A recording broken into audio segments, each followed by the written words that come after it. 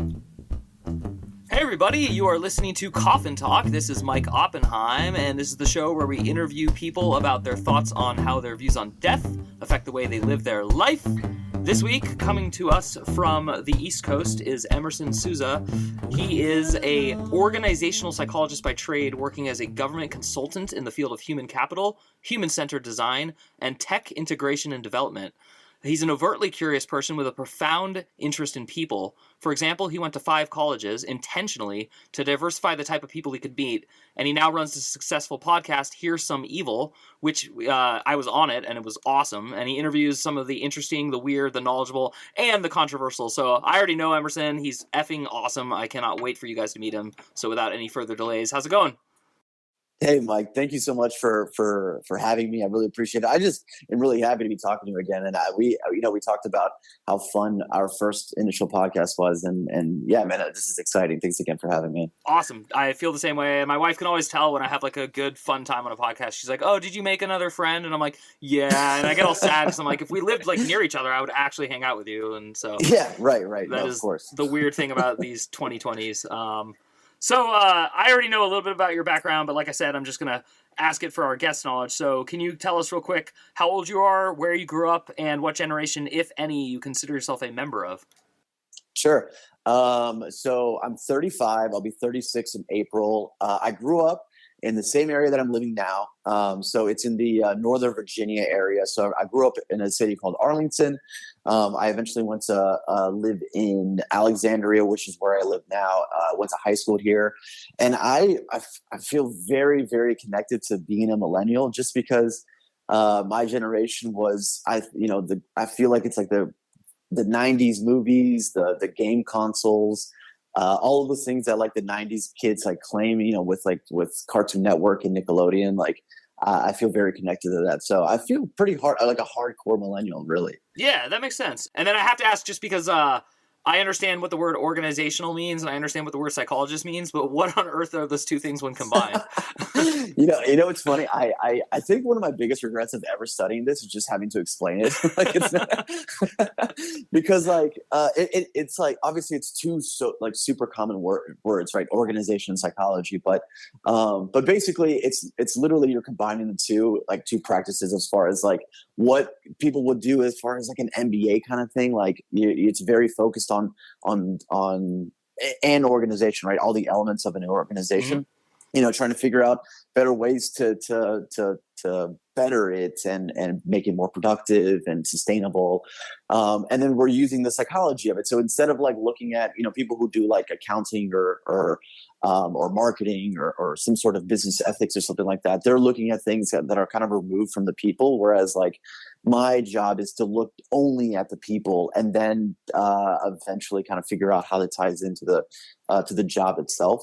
And I'm saying job is like all encompassing, right? Mm-hmm. So it's like the things that they do day to day and how to kind of extrapolate that into work streams and day-to-day operations and things like that. So basically I study people like in an organization. I say, oh, okay, like this is the demographic that's going to be doing this and this is like the general corporate culture and this is how it ties into the people. And so I basically like take all of this like qualitative information and then I later quantify it and I tell a story behind it. And I say, hey, based on our studies, it seems like this is happening because of this. And then we can say our recommendations are based on these findings because we eventually quantified them. And so people pay us to say, hey, thanks for the data. And now we'll either, implement the recommendations or we need either like to find a better way to do X and we kind of go from there. So it's like it's a very like iterative process. And now because I work with technology. So before it was it was just the human capital work, which is like trying to figure out like how to build like better leadership programs or standardize a way to help people like deal with change management and things like that. Now it's like, oh, we're introducing a new piece of technology and, we're trying to figure out what's the best way that we can integrate this technology without causing any hiccups, without, putting too much pause or spending too much money on training and things like that. So now it's like kind of applying that same like psychological aspect to it in the tech integration part of it. Wow, that was really cool. That was a great answer. And I do understand all of the things you said, and that actually seems like a very timely and good occupation to find, and that needed to be invented. And it's weird because I'm like a humanist first, but so is your job description. So it's like interesting that it's analytical approach to emerging technology, but like humans first. And that's kind of, I think,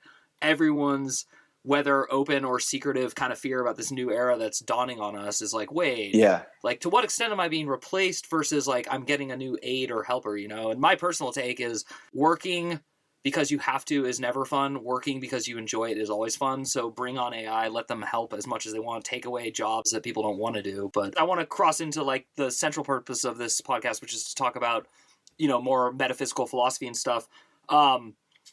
Psychiatry and psychology by nature, many people think that they're not religious and that as a matter of fact you have to be like atheistic to do them. I don't believe that or anything, but I am curious, were you once upon a time religious? Are you still religious? And does that ever conflict with the psychology side of your mind?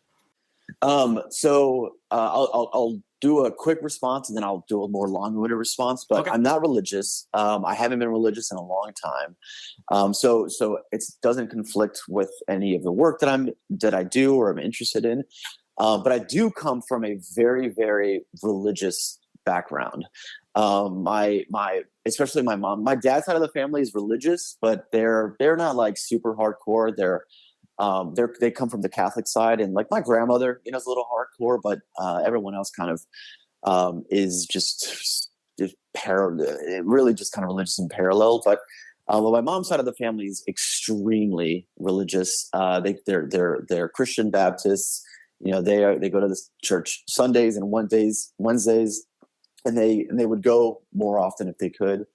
And so I grew up in a very religious household, but I was an extremely inquisitive kid. I started questioning religion at a very, very young age. And so I kind of removed myself from it at a young age, because when I would ask these questions, instead of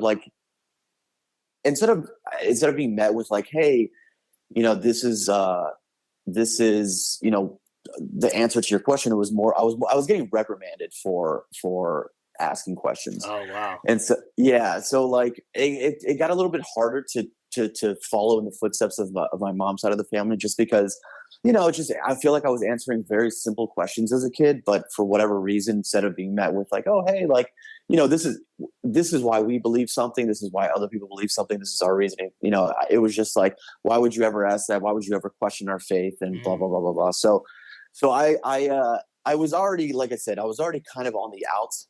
And then when that started happening at a young age, I was just like, you know what, this isn't for me. And the moment I was given the choice to not attend church, I stopped like altogether when I was like around like 15, 16. So yeah, so I and then I kind of started reading on other religions, and then you know, I don't know, I just religion in particular just never, you know, for lack of a better way to say it, just like rubbed me the right way. It just I never found this like profound interest in like anything spiritual or godlike or you know, like anything like that. I never felt like, you know, there was a heaven and a hell. I never felt like there was like some overlord looking over me. Like I never felt the need to pray. So yeah, I don't know. I just, you know, I kind of just intuitively felt that I didn't believe in this thing. And so I kind of I just continued on that path. That's cool. Yeah, no, that's really interesting. And it's sad to me, not your parents specifically, but just any parents who take that approach, because, you know, the gift they're trying to give you is something they obviously value and love, and right, but they're not letting you explore it. And, you know, I have young children. We talked about this before we started recording, and it's like definitely my biggest fear is to turn them off or on to religion, because I don't want to, like, you know, be responsible for something like that. But with that said, what are your metaphysical theories on life and existence? What do you specifically think is going to happen to you when you die? Hey everyone, if you're a fan of the show, please head over to mikeyop.com and click the subscribe button. It's the best way to support us, and it's free. That's MIKEYOPP.com. Thanks. Yeah, so it's funny because I don't necessarily feel connected to anything that's spiritual, but one of the I actually having this conversation with somebody pretty recently about that. And it's one of those things where the ultimate answer is just like simply like I don't know, but obviously like I have thought about this a little bit deeper, like in a weird way. Like I still kind of I believe in the soul, and I believe in just we're not just like bags of meat and blood. Like I don't know, it's just there's like something where and the reason that I was having this conversation is because we were talking about ghosts, right? So something, because if you believe in ghosts, that means you do believe in some sort of afterlife. Like that's just kind of like to an extent, right? Like some of those kind of like they work in tandem to in a way, but and the reason we were talking about it is like like what could that be? And so and I heard this one theory about how like that ghosts could be like memories of people that are still living in other living things. So like if you have wooden furniture like that it was once living, that it's like their memories imprinted there. I don't know, it's a wild theory, but I did enjoy the theory. That's admittedly cool. Yeah. But yeah, I feel like I don't know, there's as far as belief goes, it just kind of feels like once you go, like your whatever that thing you would call your soul, like it could exist beyond, but I just don't believe in like a heaven and hell. Like I don't think you have to like, obviously there's like certain, like I think everybody should stick to to some moral ethics here, but it's just like as far as like where you would go after, I don't know. I find it very, very hard to believe that it's like there's like a very distinct location, and then maybe there is like somewhere, or maybe everyone just kind of lives on Earth and like you kind of mentioned, like a metaphysical world, or they're able to traverse the universe and explore other things, and who knows? It's but yeah, that's like really the extent of my belief. It's just like if you go, then maybe whatever you would call like a soul kind of like goes into another realm, and then you get to explore like a different part of the universe. But I don't know. I think that's really like the extent of my belief. If any of that makes sense. No, that made a lot of sense. And I mean, really, the only follow-up question that I'm dying to ask you is: have you ever had a moment in your life where you feared for your own death, or have you had a close call or anything like that? Yeah, honestly, I think like too many, really. Wow. I was just like such a daredevil, like growing up, and I've never done anything like super extreme, like skydiving, which I've always died wanting to do, which is funny to say. I've been dying to do it, but like I've snowboarded my entire life. I've done just going off of jumps and really bad wreckage where I've ended up in the hospital. Wow. And, I did drag racing for like 4 or 5 years. Yeah, I just doing some really like fun but also very stupid things. No, and I got it's into all really cool. Yeah. I got into a really bad car accident when I was younger, and I was in the hospital for several days. I got a really bad alcohol poisoning when I was younger too, and I was in a coma for like 6 hours. Yeah, it's that was probably like actually the closest I've probably been to death is when I got really bad alcohol poisoning, was in a coma. Wow. Hold on, slow down. How old were you? I was 16. Man, and this was, I'm assuming, like illegal underage drinking at a party or something? Yeah. Can you tell the story, or is it not? Oh yeah. Okay. I'd be happy to. It's actually part of the story is really, really funny, but yeah, my friends, it was the first time that I learned what a screwdriver was. And when you're a kid, you're like, orange juice, like, yeah.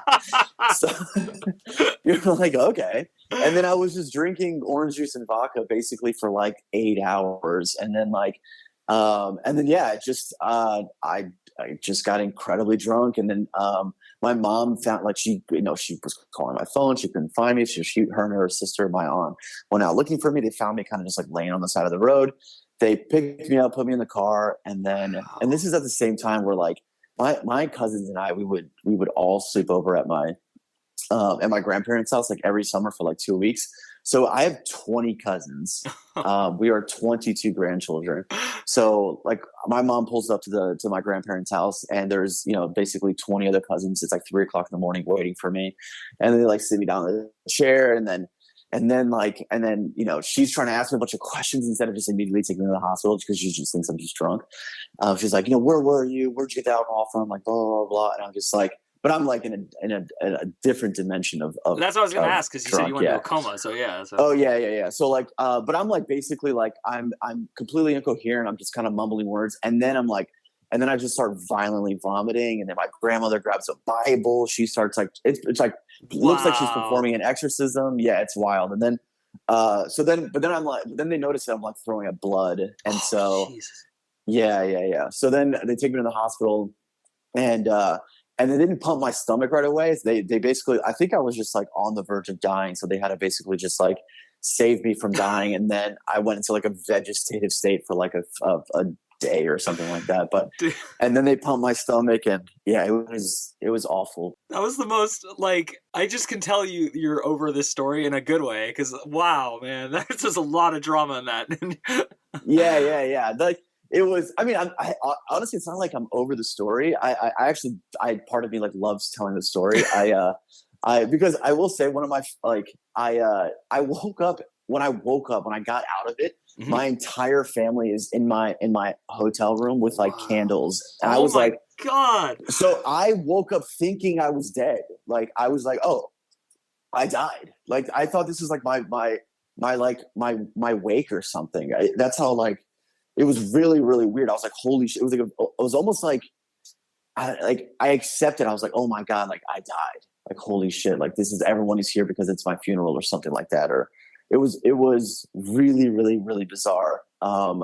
But yeah, and then everyone is always asking like, what were you like? I remember, I don't remember dreaming. I don't remember anything that was when I was like in a coma. Yeah. Like I don't remember anything at all.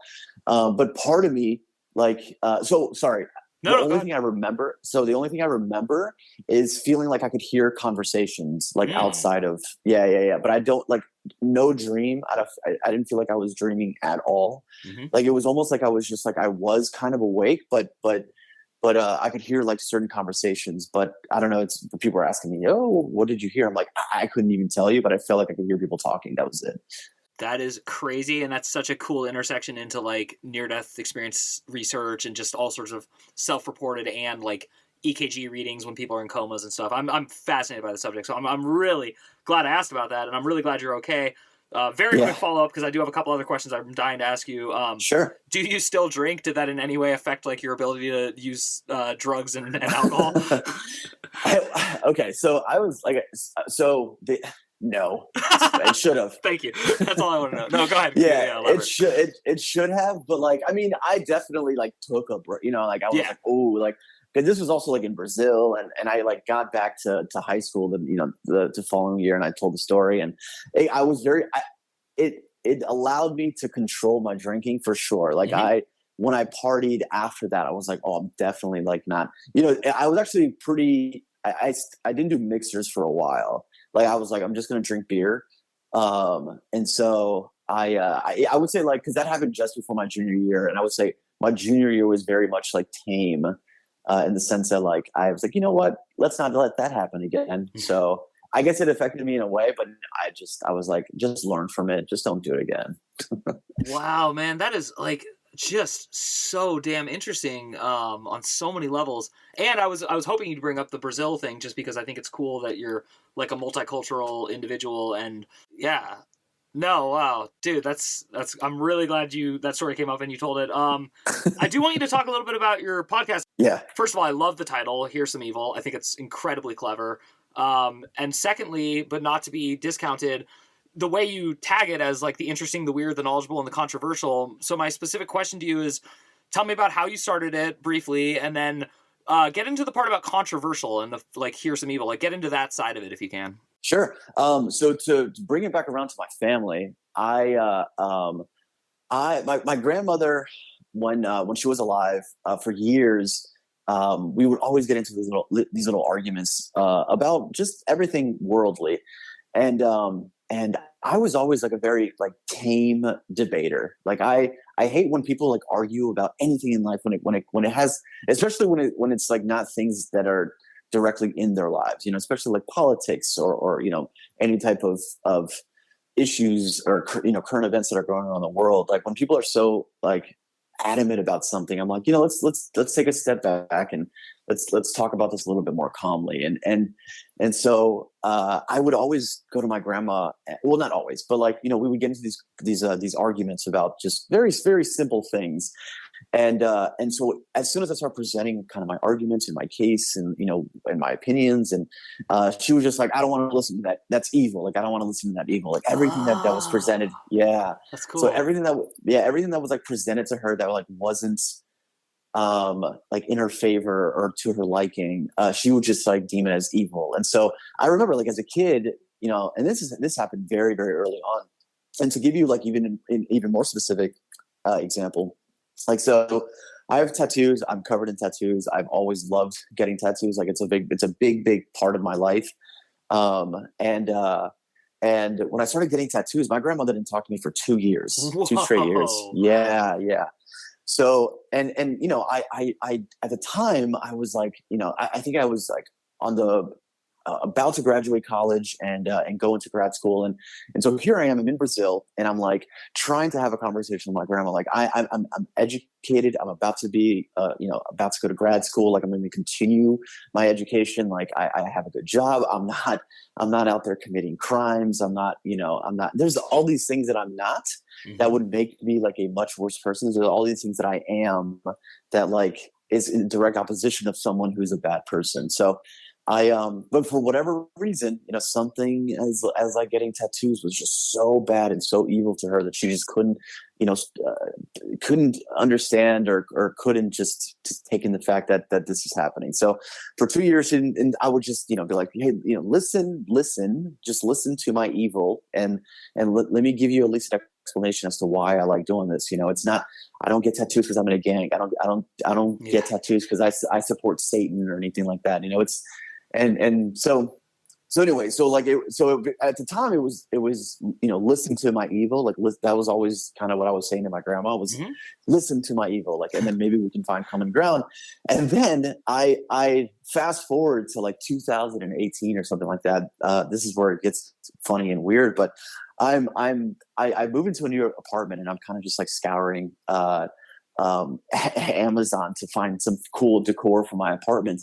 And I love skulls. I've always like loved like decorating something with skulls. Like I have like a really cool skull speaker and I had this like fun like Tim Burton art that like from like Nightmare Before Christmas. And cool. And I've just always been into skulls. So I was like, oh, like skull or skeleton decor for my apartment. I'm just looking at it. And I came across a kitchen mat, and I still have it till this day. And it's like those 3 monkeys that are just like speak no evil, see no evil, hear no evil. But it was 3 skeletons in the same sitting position, but the middle one, right underneath it, he had headphones on. He was doing like the rock symbol, and underneath it said "Hear some evil." That's cool. And I was like, "Oh my god! Like this is one of the coolest things I've ever seen." And I like completely fell in love with it. It just like really, really spoke to me, to the point where I ended up getting a tattoo that said that is actually my podcast logo now. So I have so my podcast logo is, well, I got tattooed on me before I even decided to start a podcast. And so I got that tattooed on me. And then eventually I started traveling, and to come back to the controversial part, I lived in 9 cities in 2.5 years. I lived in Tennessee and in South Carolina, in North Carolina, in Georgia, in Louisiana, and then I went to the West Coast, LA, San Francisco, Oregon, and I just like lived 2 different worlds. Lived in Florida as well. That's a whole different effing world, but but I don't know. I met so many different people, and I feel like the weird kind of political climate that we're in, for whatever reason, people feel very comfortable in their echo chambers, and I was just trying to kind of like introduce a little bit like, oppositional nuance, and just say, hey, like, have you thought? It's very similar to the way that I would do with my grandma. Just like, have you thought about it like in this way without like getting angry? Like, have you at least considered it? And so the precipice of the podcast is really just storytelling, but to go into even deeper is like, if you hear something that you don't like on the podcast, like don't immediately discount it. Don't immediately dismiss it. Like just listen to it. Just listen and see, like allow yourself to react. If you're going to get angry initially, like go through the motions of anger, but like don't immediately shut down the podcast. Like imagine if you were listening to something and you didn't like it. Like, how would you, imagine being in a conversation with this person. Like, how would you debate them about this? But so that was kind of like the idea is that, and like I said, it's not, I would say 10%, maybe 20% of the people that I interview could be controversial, but it's like I interviewed, you and a Pilates instructor, but there's also some guy I interviewed a cop who's got his own opinions. I interviewed a presidential candidates, and he's got his certain views, and I may not agree with it, but it's one of those things that just kind of wanted to just encompass all types of people. It ties back into just like my love for like people in psychology. That's awesome. And I think that was a great way to explain it. And I love the story behind it. I'm fascinated by all of it. And I thought you had lived in Florida because I was going to make a joke at the beginning, and I'm glad I waited. But but yeah, it's pretty funny. And I do want to say, because I do follow your podcast, like I love your titles. I think they're very clever, and I really do encourage everyone to check you out online. And I thought that answer also just kind of applies to this awkward, horrible, annoying year for everyone in America, unless you're insane, because we're going to pretend to elect another president. And no, I'm not talking about stealing or not stealing an election. I'm saying that pretend like we actually care and take it responsibly. So right. Yeah. It's weird. Like, I have thoughts that I never thought were controversial, and I now think they're controversial because of like the feedback loop of the non-echo chamber, and it's just so insane to me. So I don't know if you feel the same way, but Mike, I 100%. I feel like my origin story when it comes to like my opinions and anything really is like it's from like a space of like just not knowing. Like I was like I never really cared a lot, but obviously like the older you get, you kind of have to pay attention to an extent. I mean, you're a member of society, you have to vote and everything. You don't have to vote, but it's encouraged that you vote and blah blah blah. But I'm like, there's like for example, when I was living in California, I like found myself being in these conversations and sometimes these arguments or these debate with people about topics that I've never really considered. So I'm like, I'm in real time kind of going over the motions of like understanding the issue, like in the middle of the conversation. And I'm almost like getting reprimanded because I don't have a definitive opinion about it. It's like, yeah. And I'm like, I'm still like, you're watching me go through the motions of like understanding what the issue is. So I'm still like, okay, so this is what you're saying. And okay, I was like, but like, I could see why, somebody might, they're like, what do you mean you could see why? No. Like you should be. And I was like, whoa, everyone relax. Like I like, yeah, so that's kind of like where, a lot of this kind of came from. It's just like, guys, I'm still trying to understand all of this just like everybody else. Like no one, like unless this is like if you work for a nonprofit that specifically does this, like, then yeah, great. You should have like a very strong opinion. But I don't know, like I think it's also okay to just work through the madness.